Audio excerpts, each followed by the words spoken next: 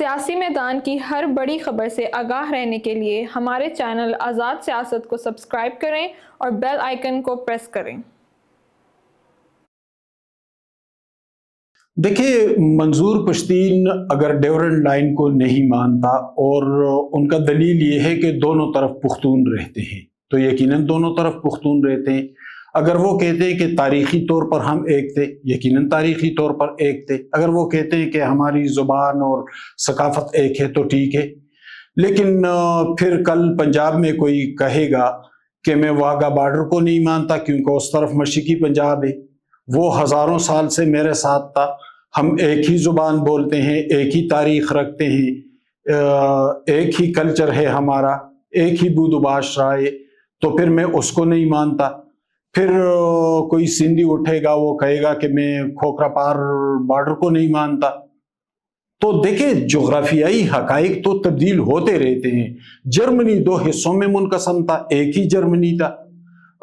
سلطنت عثمانیہ کا پھیلاؤ یورپ تک اور کہاں تک تھا، پورا سعودی عرب اور خلیجی ممالک بھی اس میں تھے، لیکن وہ جغرافیائی حقائق تبدیل ہو چکے ہیں۔ دیکھیں، افغانستان ایک الگ ملک ہے، یہ بات بالکل غلط ہے کہ میں ڈیورنڈ لائن کو نہیں مانتا۔ ڈیورنڈ لائن کو ماننا پڑے گا، یہ جغرافیائی حقائق ہیں، یہ جیوگرافیکل ریالٹیز ہیں، اس کو ماننے کے علاوہ، اور اگر آپ یہ نہیں مانتے تو پھر آج سے 75 سال پہلے تو ہمارا مرکز دہلی تھا، پھر یہاں سے یہ مطالبہ بھی ہو سکتا ہے کہ ہم ان کے ساتھ ہیں۔ پھر پنجابی کہے گا کہ میں مشرقی پنجاب میں کے ساتھ میں بارڈر کو نہیں مانتا۔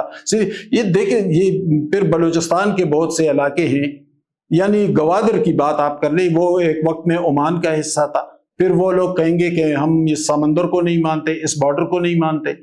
یہ حقائق سے بہت دور بات ہے، یہ جغرافیائی حقائق ہے، اور افغانستان مدتیں سینکڑوں سال ہوئے کہ ایک الگ ملک ہے، پاکستان ایک الگ ملک ہے، اس کو ماننا پڑے گا۔ یہ محض ایک مبالغہ آمیز بات ہے۔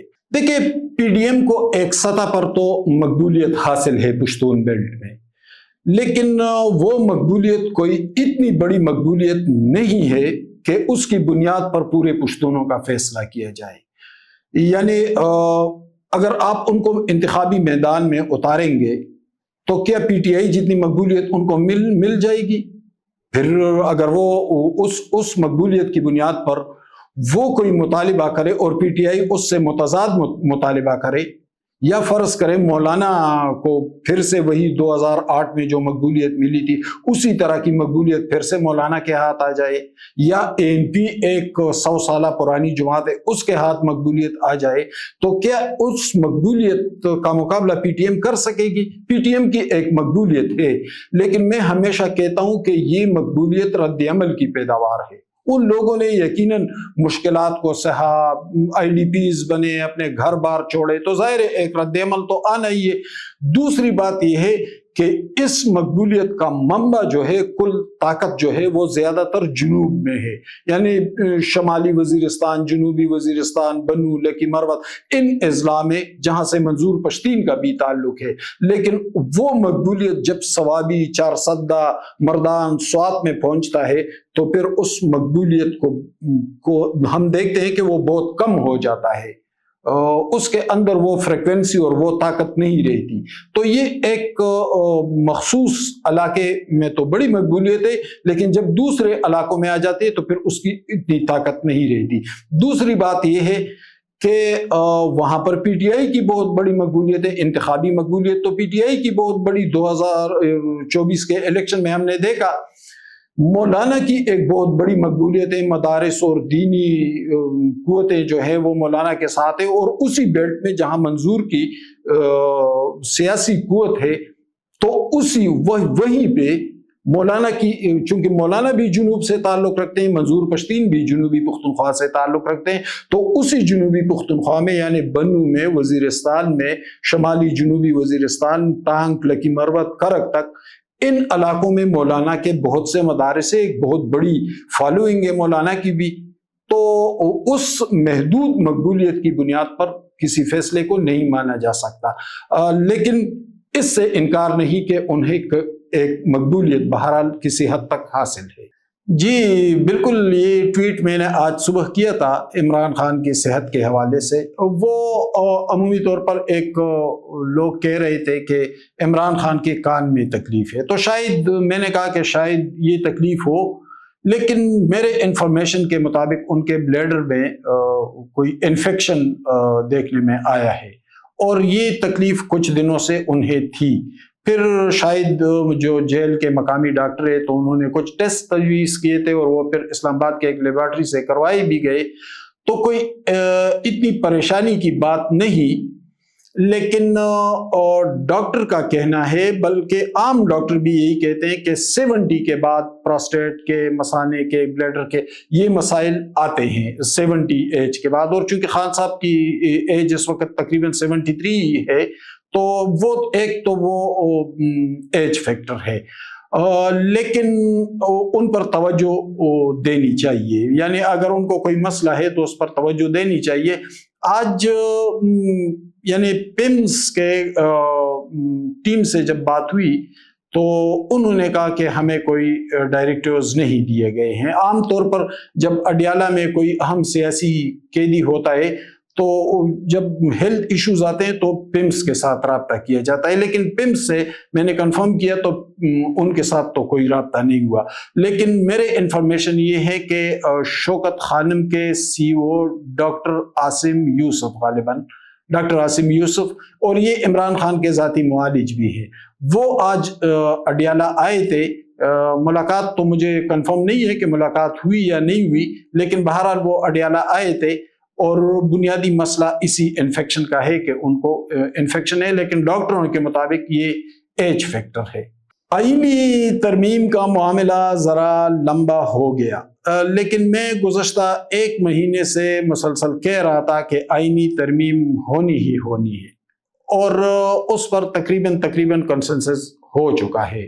سیاسی جماعتوں کا بھی، حکومت کا بھی، پارلیمانی جماعتیں جو ہے، اور پارلیمانی کمیٹی کے اجلاس بھی تسلسل کے ساتھ ہوئے. تمام جماعتوں نے اپنے ایک طرح سے تجاویز ہم کہہ لیں، انہوں نے اپنے آئینی ترمیم کے حوالے سے اپنے ڈرافٹس دیے، تو اس کو ہم تجاویز کہہ سکتے ہیں. کل MP نے بھی اپنا ڈرافٹ شیئر کیا، MQM نے بھی دیا ہے، اور جمعیت العلماء اسلام، پیپلز پارٹی اور دوسری جماعتوں نے تو پہلے دیے، اور حکومت نے تو سب سے پہلے اپنا ڈرافٹ شیئر کیا تھا پارلیمانی کمیٹی کے ساتھ. جہاں تک میرے انفارمیشن ہے تو کچھ مطلب 2-4 دنوں میں اس حوالے سے فیصلہ ہو سکتا ہے. 18 تاریخ کو شاید قومی اسمبلی کا اجلاس بلائے جائے، اور اسی دن صبح کو پارلیمانی کمیٹی کا اجلاس ہوگا، پھر قومی اسمبلی کا. لیکن جو میری اطلاع ہے تو قومی اسمبلی اور سینٹ کا جوائنٹ سیشن ہوگا، کیونکہ سینٹ میں اگر کچھ کمی ہو سکتی ہے تو قومی اسمبلی کے ذریعے، کیونکہ پھر مشترکہ ووٹنگ ہوتی ہے نا، تو اس سے پورا ہو جائے گا.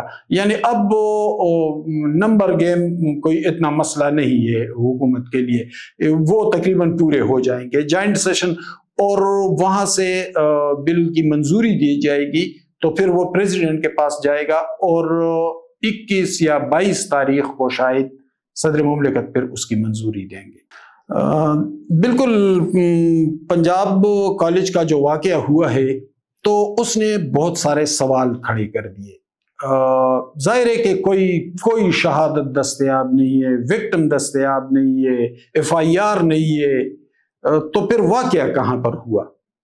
ظاہر ہے اب بہت سے سینئر صحافیوں نے اس حوالے سے، آج کل تو صحافی بال کی کھال اتار لیتے ہیں. ایک تو وہ یوٹیوبر اور وہ لوگ ہیں جو سارا دن جھوٹ بولتے ہیں، اور ظاہر ہے وہ اتنے ریلائبل نہیں ہوتے، لیکن اچھی صحافت بھی تو اس ملک میں موجود ہے، اور بہت سے صحافیوں نے اس حوالے سے معمولی سی باتوں تو صحافی کہاں تک پہنچ جاتے ہیں. اگر اتنا بڑا واقعہ ہوا تو پھر وکٹم کہاں ہے، FIR کہاں ہے؟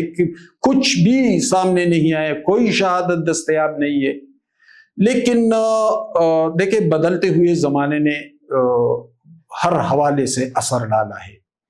سوشل میڈیا کی عمر اتنی نہیں ہے، اور پھر سوشل میڈیا کے جو یوزرز ہیں وہ زیادہ تر نوجوان ہیں، ان کی عمریں بھی کم ہیں، نہ سوشل میڈیا میچیور ہے اور نہ اس کو استعمال کرنے والے میں چور ہیں، تو وہ حقائق تک پہنچے اور اصل معاملے تک رسائی کے بغیر جذباتی ہو جاتے ہیں، اور پھر چونکہ پی ٹی آئی کے اثرات بھی ہیں نوجوانوں پر، تو وہ ہر وقت کسی نہ کسی طرح ایسے معاملے کی تلاش میں ہوتے ہیں، اور جو ہی ان کے ہاتھ آ جاتا ہے تو وہ بن دیکھے بن حقائق کو سمجھے وہ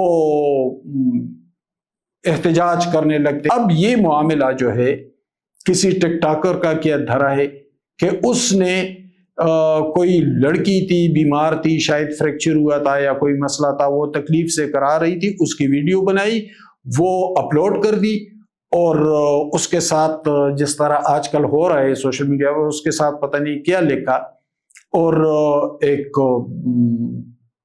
احتجاج اور ایک ہنگامہ کھڑا ہو گیا، اور پھر ہم نے دیکھا، لیکن جب ہم دیکھتے ہیں تو پیچھے کچھ بھی نہیں ہے۔ یعنی ڈی آئی جی آپریشن نے میڈیا کے ساتھ بات کی، تو انہوں نے کہا کہ ثبوت کہاں ہے، میں کس کو پکڑوں، کیا جس گارڈ کو پکڑا تھا وہ سرگودا سے کسی گارڈ کو پکڑا، اس کو تو پتہ بھی نہیں ہے کہ یہ واقعہ کہاں ہوا۔ اسی طرح ایس پی نے، ڈی آئی جی نے، یعنی ذمہ دار پولیس افسران نے اگر واقعہ ہوتا تو پھر وہ اس بارے میں پورا بریف کرتے، لیکن یہ سوشل میڈیا کی وجہ سے ہمیں ان معاملات کا سامنا ہے، اور سوشل میڈیا کا جو نیگیٹو سائیڈ ہے اس نے ہمیں ہر حوالے سے نقصان پہنچایا، ہماری تہذیب کو تباہ و برباد کر کے رکھ دیا۔ یعنی ہماری نسل کے لوگ جس طرح تعظیم اور احترام کرتے تھے بڑوں کا، اب نوجوانوں کا مائنڈ سیٹ دیکھ لیں، ان کا ذہن دیکھ لیں، تو یہ وہی ہے۔ پھر سیاسی طور پر ہمیں نقصان پہنچایا۔ پہلے نوجوان ڈیبیٹ کرتے تھے، سیاسی کارکن بنتے تھے، نظریات کے پیچھے بھاگتے تھے، جیلیں کاٹتے تھے، سزائیں کاٹتے تھے، اب نوجوان گالم گلوچ کرتے ہیں۔ ہمیں معاشی طور پر بھی تباہ و برباد کر کے رکھ دیا کہ سیاسی طور پر ہمیں ایک ایسے رخ میں موڑ دیا جس سے بربادی کے علاوہ کچھ برآمد ہی نہیں ہوا۔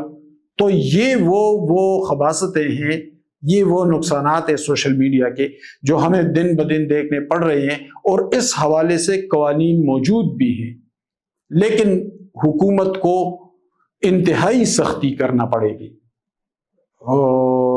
ان قوانین کو لاگو کرنے میں، اور ان کے امپلیمنٹیشن کے حوالے سے، تبھی یہ معاملات کسی حد تک راہ راست پر آ جائیں گے۔